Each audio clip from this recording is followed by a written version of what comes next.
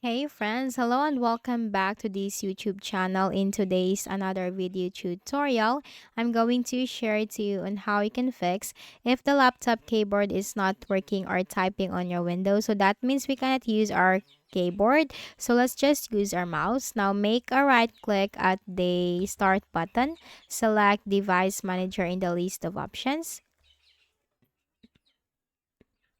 Here in the device manager window, you need to locate the keyboards. Then locate your keyboard driver. So you might have two keyboard drivers. You just need to do the process for each one. Make a right click, then you have to select update driver. Search automatically for drivers. Now the best drivers for your device are already installed. Close this. And then you just need to simply click on yes and your PC will be restarted. So I'm not just going to click on yes because I'm still going to show you the next method.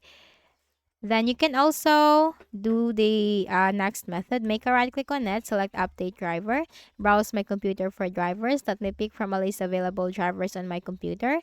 Click on this, then click on next, click on close, and you just have to click on the yes button again. And for the next method is we need to make a right click on the start button and then select settings. Go to accessibility and then scroll down and you'll find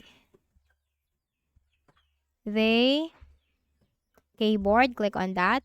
You'll find on-screen keyboard. Enable that. Then close this window. Then in the Windows search bar, click on that and type CMD. Then you need to click this option, Run as Administrator. Now here in this block window, we need to type SFC space forward slash scan now. It says of C space forward slash scan now, hit enter.